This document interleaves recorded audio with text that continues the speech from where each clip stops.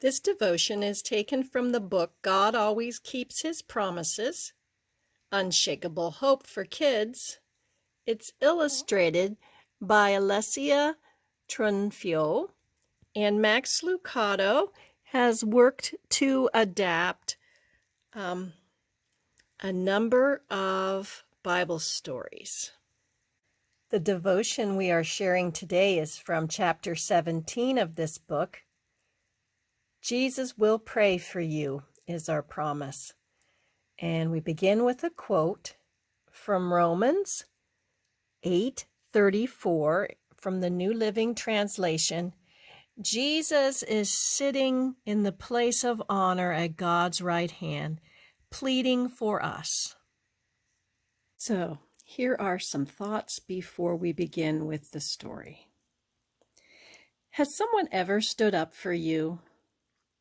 Or has someone stepped in and saved your day? Maybe it was as simple as someone picking you to be on their team when you thought no one would, or someone sitting with you at lunch and you were the new kid at school. It's a pretty wonderful thing when you find out you are not on your own. The fact is, you're never on your own. Jesus is standing up for you and praying for you. And that is Jesus' promise. Whenever trouble starts heading your way, Jesus heads for the Heavenly Father and asks Him to bless and protect you. When you forget to pray, Jesus remembers. When you are full of fears, Jesus is full of faith. But don't think that Jesus prays for you only when times are tough.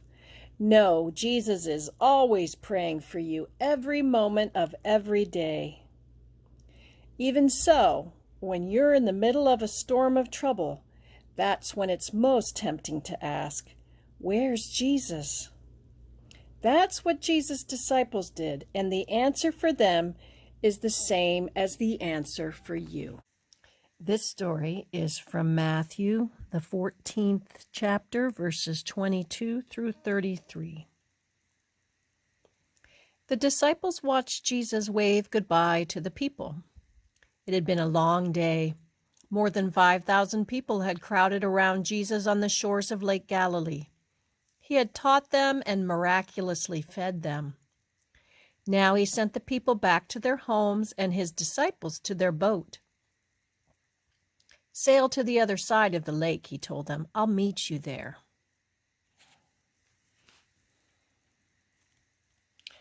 As the disciples set sail, Jesus climbed up into the hills alone to pray. The disciples were already far from shore when they ran into trouble. A storm swept in and pounded their little boat. The winds howled and the waves crashed down on top of them. But the disciples didn't give up. Jesus told them to go to the other side of the lake, so that's where they were heading. They dug their paddles into the raging sea, inching forward only to be pushed back again. It was a losing battle, and they knew it. Their faces were splattered with rain and fear. And where was Jesus? He was up in the hills praying. He didn't eat, he didn't sleep. He'd served all day, and now he was praying all night, even in the storm. Or maybe he prayed because there was a storm. The rain soaked his robe, and the wind ripped at his hair and stung his face. Still, Jesus prayed. After a time, Jesus got up and began his journey to the other side of the lake. Rather than walk all the way around it, Jesus decided to walk straight across. He was the Son of God, after all. It was dark, and the disciples were exhausted, but still battling the storm. Squinting through the rain and darkness, they saw something. No, someone. Someone was walking toward them on the water. "It's a ghost!" they shouted, and they were terrified.